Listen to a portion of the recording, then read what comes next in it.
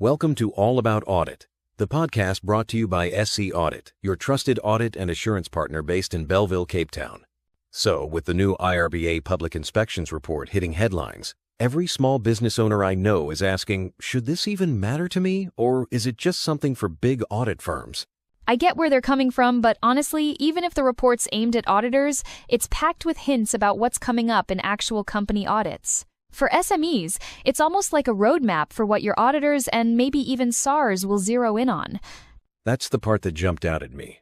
The 2024 report says audit quality's up overall, but a third of files still had big issues. For a smaller business, even one slip could get really expensive or delay a loan application. Exactly. And those recurring issues like missing documentation or patchy risk assessments are often things SMEs overlook just because resources are stretched. But the report is basically a warning. Tidy up or brace for a tough audit. What really struck me is how the same pitfalls keep popping up year after year, like missing risk assessments or not enough evidence for revenue. You'd think these would be easy fixes, but they keep catching people out.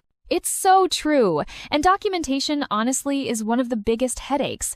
If something's not written down properly, regulators will act like it never happened. That's a tough lesson for businesses that run more on verbal agreements than paper trails. I've seen that play out, companies scrambling at the last minute to piece together what should have been obvious all along.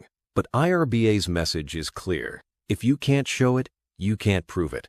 That's why some auditors are now double-checking things like inventory counts or revenue cutoffs. They want more than just numbers. They want the story behind the numbers, with every step documented. It makes me wonder if IRBA is inspecting audit firms, not companies. How does their report actually end up affecting SMEs during an audit? Well, when the IRBA points out common trouble spots, auditors pay extra attention there with every client.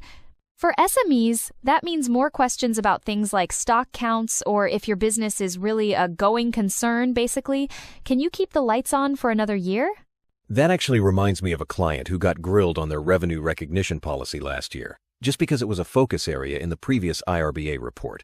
It really does filter down. And I've seen boards get more careful about how they record decisions, minute-taking, collecting signatures, the whole deal.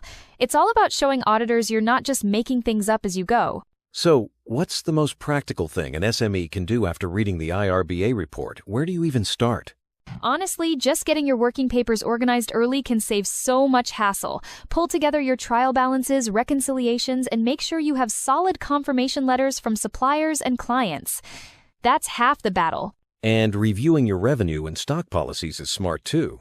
The report highlights how often those trip up smaller businesses.